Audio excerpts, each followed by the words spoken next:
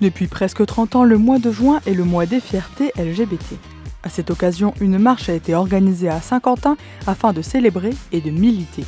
Une lutte pour des droits et de la reconnaissance, mais surtout une occasion pour la communauté de se rassembler. Tout au long de l'année, en fait, les personnes LGBT sont souvent assez isolées, puisque nous sommes une minorité. Et donc la marche des fiertés, c'est vraiment un moment pour se retrouver ensemble, se serrer les coudes, avoir la joie d'être dans un milieu, alors on dit safe, un événement qui est safe, parce qu'on sait que la plupart des personnes étant LGBT, on va être accueillis, reconnus dans nos identités, dans nos orientations, que personne ne va les remettre en cause, qu'on va être vu avec bonté, avec bienveillance. Et donc oui, pour nous, c'est un événement très important.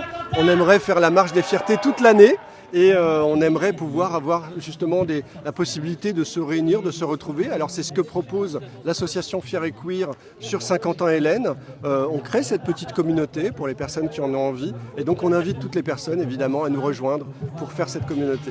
Cette marche des fiertés a aussi comme objectif de revendiquer la liberté et l'égalité dans une société où les discriminations perdurent.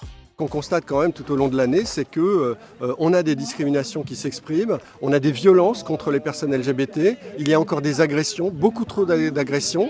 Il y a aussi des agressions dans la famille, dans des familles, des personnes homosexuelles, bi, trans, qui font face à de l'hostilité familiale, dans le milieu professionnel, à l'école. Donc oui, il y a encore des discriminations dans notre société. Donc oui, il faut encore faire des marches des fiertés pour souligner ces discriminations, souligner ces difficultés et aussi nous permettre, nous, de dire mais nous, ok, on a longtemps été considérés comme des personnes anormales, des personnes voire malades, mais non, nous, on est aussi légitimes que les autres. On n'en veut pas aux autres de ne pas être LGBT, bien que certaines personnes nous en veuillent d'être LGBT. Et on est fiers d'être là pour un événement festif et en même temps militant, revendicatif, dans le sens que comme on est ciblé, comme on vit des discriminations, il faut quand même aujourd'hui se battre pour établir l'égalité et mettre fin à ces discours de haine qui nous ciblent.